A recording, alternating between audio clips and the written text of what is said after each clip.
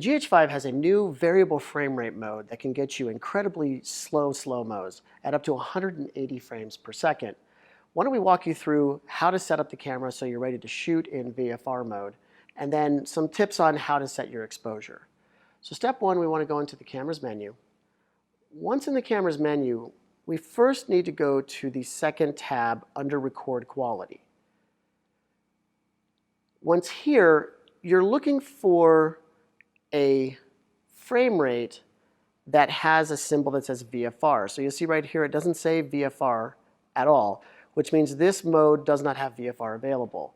If I move down, eventually when I get to 4K at 30 frames per second, 8-bit, I can do VFR. Now the reason I can do VFR in 4K is that I would be recording in 30 frame, but it can actually capture 60 frames a second. So that would be a 2x slow-mo. As we move down, you'll then see another 4K option, 24 frame. So this is going to be a 2.5 times slow-mo, recording at 60 frame, playing back at 24. When we get to the full HD settings, we get all of these options for VFR. The bottom option is 24 frame. We're going to shoot at 180 frames per second, and you're going to get a 7.5 times slow-mo.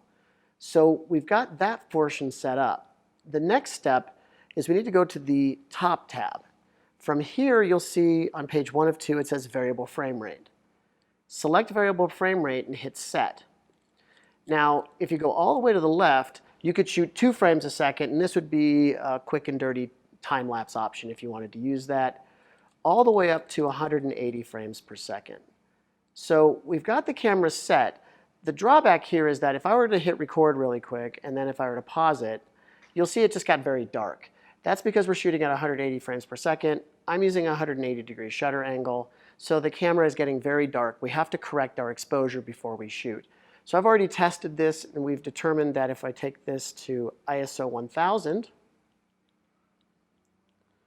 I know it's going to look like it's very overexposed, but when we actually shoot this, it won't be.